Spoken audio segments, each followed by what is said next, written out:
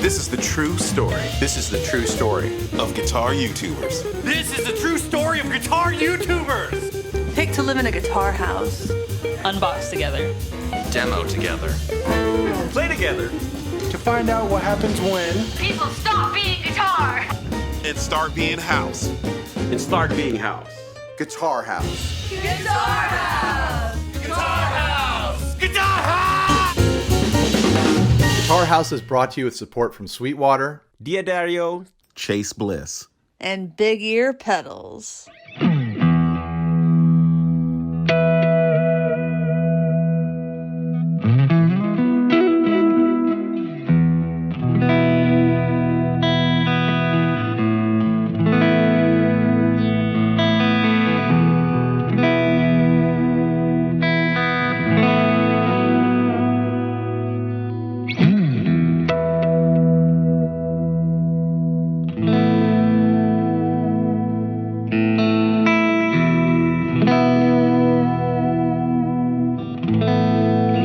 What's going on, everybody? Sean Pierce Johnson here, long time no see, and everything looks very different around here, doesn't it? Because one, I'm outside, and two, I'm not at my house. I am at the home of Mr. Ryan Burke from 60 Cycle Hum, and this is Guitar House. I am so excited to be here, hanging out with some fellow YouTubers who I haven't seen in far too long. I am so happy to be here. Thank you to Ryan for inviting me down for the day to have some fun, joke around, and make some videos. And I figured, what better opportunity than to try out the very Silver Sky SE that I am most interested in.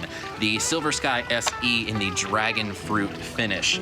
And I am going to be giving you guys just a basic demo of this with some clean tones and some dirty tones, also calling up some sounds that I would want to use with this guitar, which might be outside the norm of what you would typically see people with this guitar playing.